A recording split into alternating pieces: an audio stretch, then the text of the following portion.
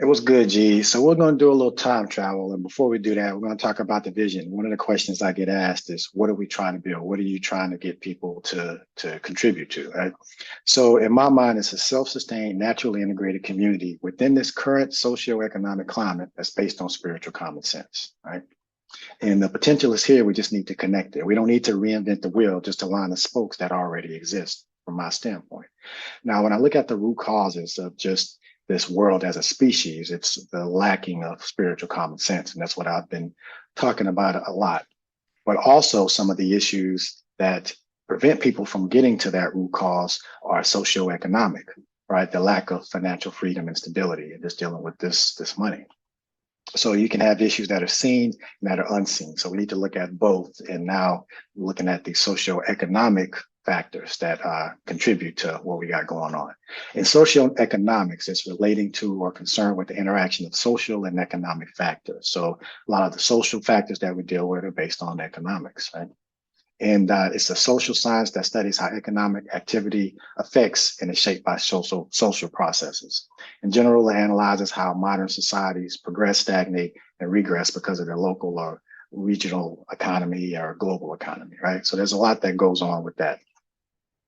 But it is possible to build, right? We're looking at our past and we're going to take some of the lessons there and use that to build things better in the future. So the lessons of history can help us shape our future. So some of the past examples we'll look at is Black Wall Street. And there's two examples of creating some financial independence, right? And Black Wall Street had businesses, churches, restaurants, grocery stores, movie theaters, airplanes, bus systems, banks, and school systems, right? All things that could benefit us as a community. They created that themselves. And I want to use that as an example of what we can do. So we'll get into a little of the history. There's two examples of Black Wall Street. When you look at the history of it, and you can do this research yourself as well. One is in Durham, North Carolina, right? And it was a 4-block district on Paris Street, where you have Black-owned businesses that can be traced back to two African-American entrepreneurs, John Merrick and Charles Spalding, right? So John Merrick is here to the left, and he started out as a barber, and Charles Spalding started out as a dishwasher, and they combined with the help of some financial backing from this guy here, Washington Duke, who was a tobacco farmer and entrepreneur. And they also say that this guy, William Shakespeare, or Julian Shakespeare Carr, also helped. And he was a white supremacist and a member of the Ku Klux Klan. But they even took some of his financial backing and did something positive with it. And I just thought this quote was interesting from Duke, because this was, around time where there was still a lot of racial tension. But he wanted his neighbors not to fall in economic depression, his color neighbors, if you will. And he wanted the city to be judged for its economic merit. So he was kind of looking at it from a business standpoint. And I'm sure Julian was looking at it as well, because if he was a Ku Klux Klan member, then he was just probably looking to make money, which it is what it is.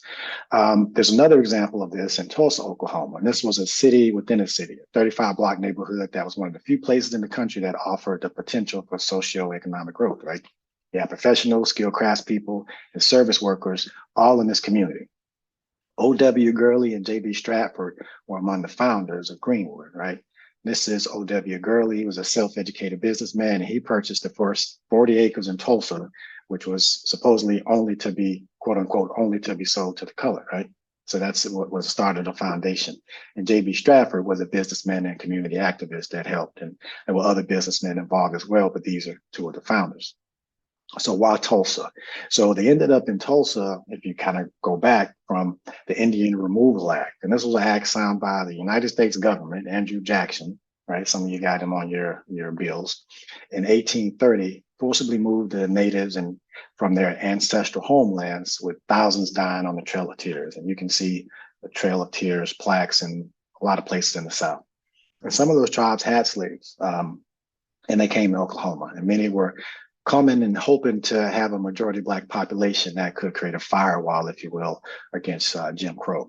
So what did they end up creating in Tulsa, right? And you can see, some of the things that they did. It was a self-sustaining kind of community.